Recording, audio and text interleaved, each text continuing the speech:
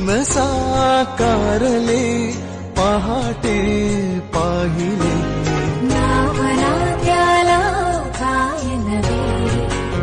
वेगळे मांडले सोहळे तुझसाठी हो हो मिळावे तुझे तुला आसही ओठी कोणी कुठे बांधल्या रेशीम गाठी जुळून येती रेशीम गाठी